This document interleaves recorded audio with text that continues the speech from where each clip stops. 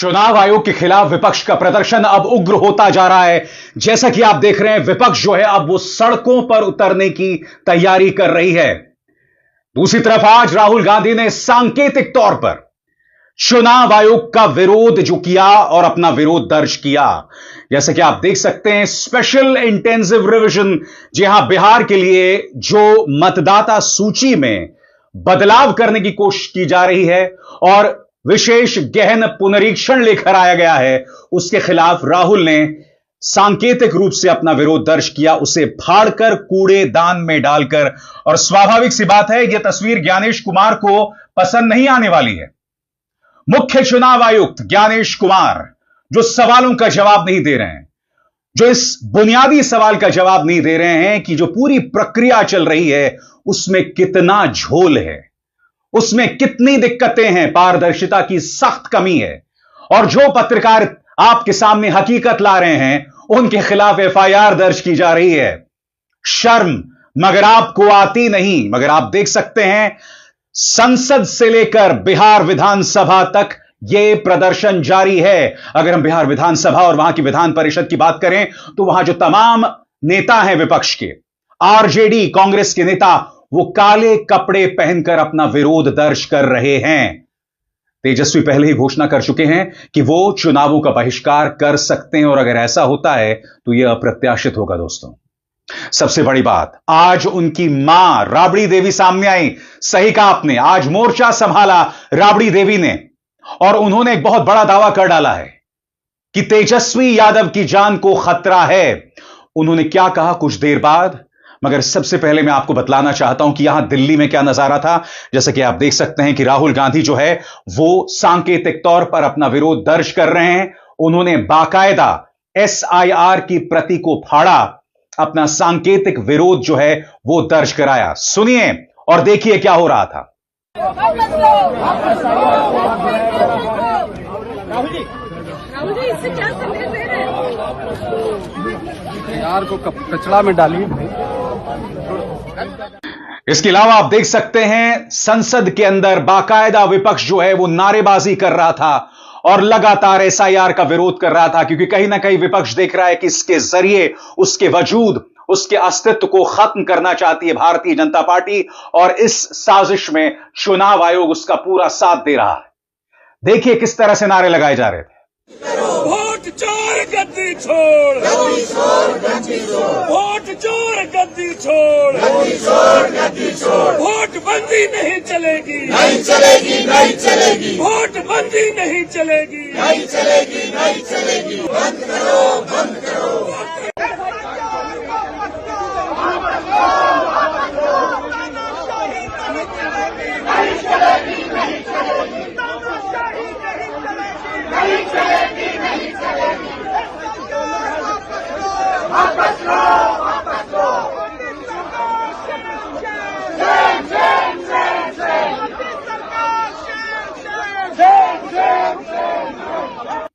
उधर प्रियंका गांधी वाड्रा, जी हां, प्रियंका गांधी वाड्रा भी सामने आई और उन्होंने कहा कि जो आरोप हम लगा रहे हैं चुनाव आयोग को, पारदर्शिता से इसका जवाब देना चाहिए।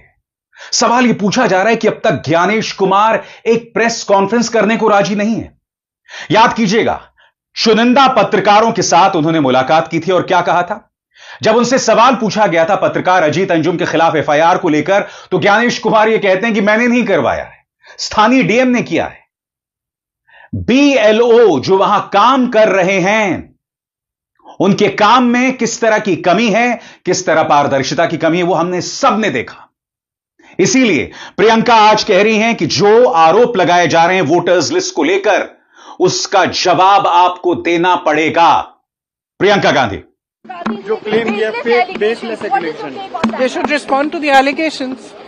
They should provide us with what we are asking for. Why are they not providing voters lists? It should be a transparent, it's a democracy.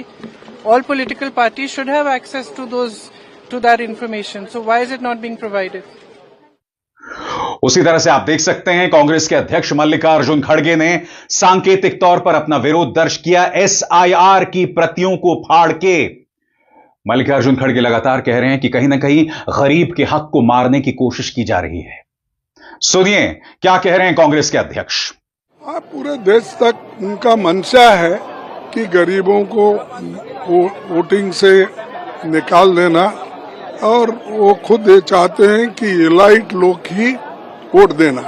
जब अडल्ट फ्रेंचाइज इस देश में लाया गया, पंडित जवाहरलाल नेहरू जी और डॉक्टर बाबा साहब अम्बेडकर, इन्होंने कहा कि अडल्ट फ्रेंचाइज इस देश के लिए जरूरी है, क्योंकि इस देश में पढ़े लिखे लोग कम हैं, खेती बाड़ी के लोग भी कम हैं, और बिजनेस करने वाले कम हैं, और एम्प्लॉयमेंट भी गरीबों के पास नहीं है। इसीलिए हमको किसी को डिनाई न करते हुए हम लोग उन सभी को पावर देना चाहिए।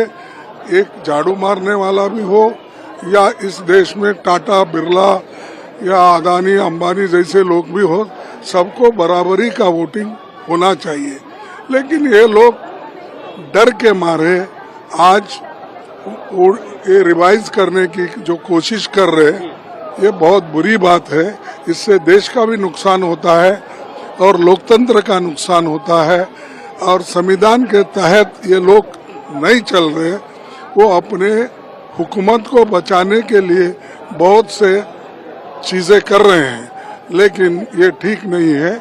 आज उन्होंने एक सर्कुलर निकाला, सिर्फ ये बिहार के लिए नहीं है, सारे देश में वो रिवीजन करेंगे, तो ये ठीक नहीं। इंतजार कीजिए, क्योंकि आज असली धमाका हुआ है बिहार विधानसभा और बिहार विधान परिषद में, जहां पर मुख्यमंत्री नीतीश कुमार ने मर्यादा की तमाम हदों को पार कर दिया है। राबड़ी देवी ने, जिन्होंने काला कपड़ा पहना हुआ था, उस पर उन्होंने वाहियात टिप्पणी दी है। मगर क्या आप कहीं गोदी मीडिया का शोर सुन रहे हैं महिला अस्मिता को लेकर? नहीं साहब, बिल्कुल भी नहीं। सुनिए, नीतीश कुमार ने विधान परिषद के अंदर राबड़ी देवी के बारे में क्या कहा। घाय घाय, सुनिए पूरा घाय घाय है।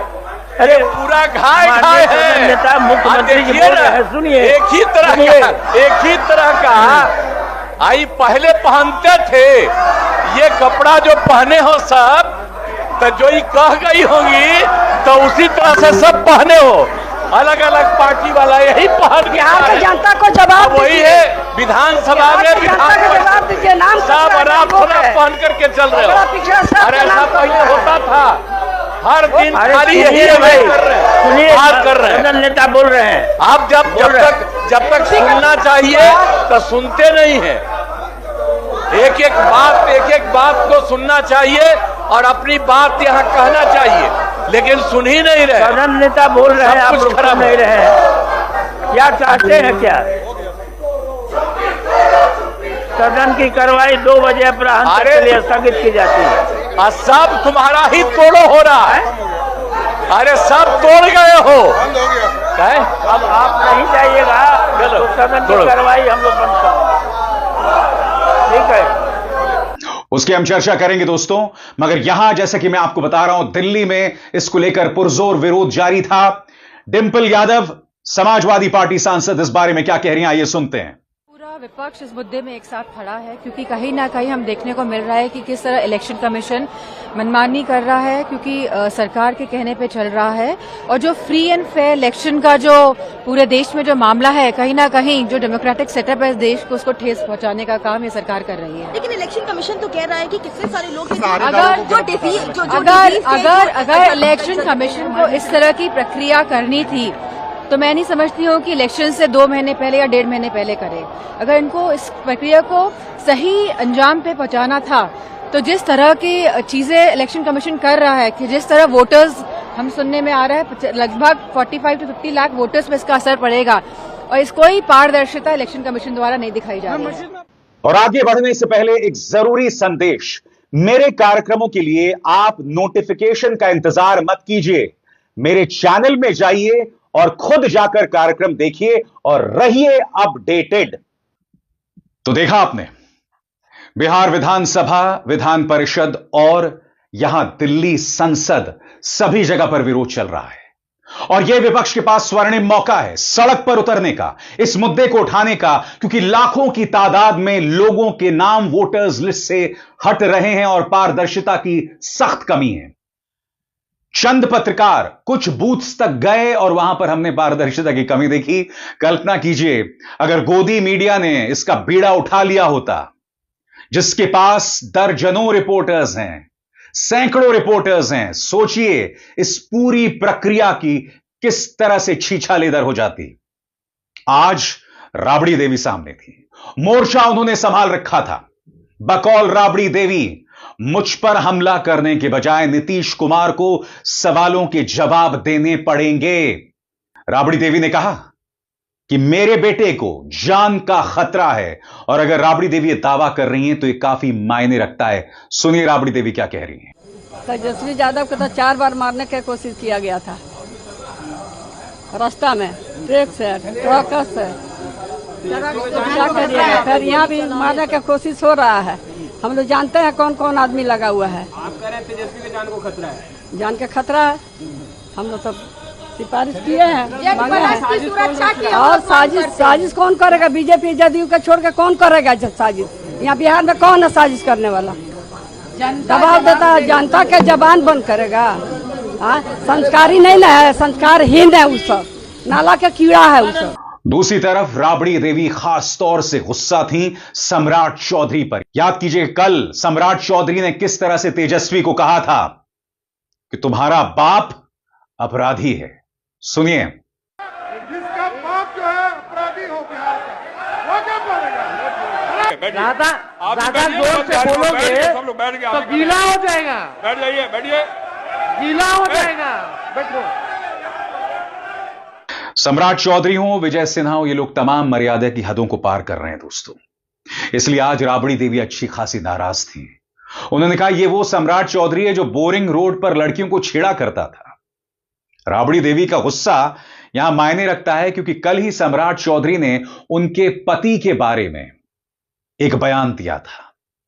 मुद्दा यह नहीं है कि वो कानूनी तौर पर सही है या नहीं, मुद्दा यह है कि सम्राट चौधरी किस अंदाज में प्रहार कर रहे थे। राबड़ी देवी तो बच्चे से पिटाई वो करता है, बोरिंग रोड बैठ के बच्चे से लड़की के छेड़त रहे हुआ बैठ के बोरिंग उनका दूसरा के गुंडाई करेगा। इस बीच विधान परिषद हो यानी बिहार विधान परिषद हो या बिहार विधानसभा, सभी जगहों पर वो मर्यादा की हदों को लांघते हुए दिखाई दिए। खासतौर से भारतीय जनता पार्टी गठबंधन के नेता सम्राट चौधरी को हम देख चुके हैं। कल ही मैंने आपको अपने मंच पर दिखाया था कि किस तरह से भारतीय जनता पार्टी के नेता अपने ही स्पीकर से भिड़ रहे हैं। यानी कि विजय सिन्हा भिड़ रहे हैं सम्राट चौधरी से, विजय सिन्हा भिड़ रहे हैं नंदकिशोर यादव से। यह तमाम ड्रामा हो रहा है दोस्तों, और स्वाभाविक सी बात है जनता यह तमाशे को देख रही है। सत्ता आपकी है, फिर भी आप आपा खो रहे हैं। Vijay Sinha deputy chief minister जो किसी भी सूरत में अपने जुबान पर काबू नहीं कर पाते, अब वो ये कह रहे हैं कि जंगल राज कब था। सुनिए वो क्या कह रहे हैं। अब जंगल राज के पाठशाला में इनके लोग गुंडे की परिभाषा को ग्रहण किए हैं और गुंडा राज सदन से सड़क तक स्थापित करते हैं और ये आरोप लगाते हैं दूसरे के ऊपर। ये वही विजय सिन्हा है दोस्तों। याद कीजिएगा रोज हत्याएं हो रही हैं और इन्होंने अपनी ही पुलिस पर प्रहार किया था। बहरहाल आज नीतीश कुमार सामने थे और वो बार बार मर्यादा की हदों को पार कर रहे थे। विधान परिषद में उन्होंने क्या कहा सबने सुना। विधानसभा में फिर आए वो और एक बार फिर कपड़ों पर टिप्पणी की। क्या कहा माननीय मुख्यमंत्री ने, आइए सुनिए। आप भी कभी पहने थे, ये कपड़वा पहन के आते थे, वो उनको छोड़ दो। बाकी ज्यादातर लोग जो चल रहे हैं आप, ये हम रोज देख रहे हैं आप लोग को। आई ये लोग भी जो है ये सब अलग अलग पार्टी वाले लोग, तो आप लोग एक दूसरे के साथ मिलके आप यही काम कर रहे हैं, उल्टा पुल्टा और कोई काम नहीं। आपको मालूम है सरकार ने कितना काम किया है और कितना चारों तरफ लोगों को फायदा हो रहा है, हर तरह से किया गया है। अब आप लोग अपना ऐसे ही आपको बता दिया है कि ऐसा ही कपड़वा पहन लो, तो आप लोग सब यही हाल हो गए। आज तक कभी नहीं था। यही देख लीजिए सर, यही कर रहा। इसीलिए कोई दिन नहीं, अरे एक आध बार होता था, बाकी दिन सब लोग होता था।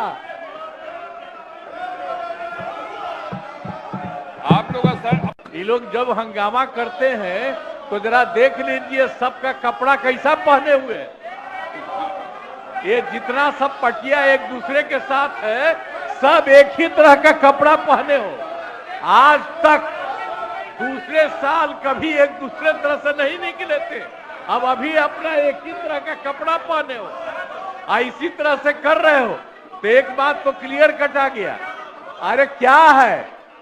मगर तेजस्वी यादव उन पर जितने भी निजी हमले हो रहे हैं उसका जवाब नहीं दे रहे हैं। मगर हां, वो नीतीश पर यह जरूर कह रहे हैं कि वो अपना मानसिक संतुलन खो चुके हैं। और तेजस्वी बार बार कह रहे हैं कि जो व्यक्ति मुख्यमंत्री की कुर्सी पर बैठा है, मानसिक तौर पर वो इस लायक नहीं है। सुनिए तेजस्वी ने क्या कहा था नीतीश कुमार की मानसिक सेहत के बारे में। मुख्यमंत्री कहाँ है? जरा ढूंढिए मुख्यमंत्री जी को कि खाली फोटो शूट अधिकारी लोग करवाता रहेगा, पुलवा पुलिया दिखा करके। आज की बात कार्यक्रम में मीडिया को दूर रखा जाता है, आउट कर दिया जा रहा है, अस्पताल का मीडिया को कैमरे से दूर रखा जा रहा है। हो गए ना भैया, ये जो रिटायर्ड अधिकारी जो है डीके टैक्स वगैरह, जो बीजेपी के इशारों पे चलते हैं लोग, जो 2-4 भूंजा पार्टी के नेता लोग, वो लोग बिहार को लूट के बर्बाद कर दिया है। मुख्यमंत्री की अब स्थिति नहीं है, उम्र का पड़ाव आ चुका है, सेहत ठीक नहीं है, इसका जितना फायदा उठा सकते हैं ये रिटायर्ड अधिकारी या भूजा पार्टी का कुछ भाजपा के इशारे पे चलने वाला नेता का।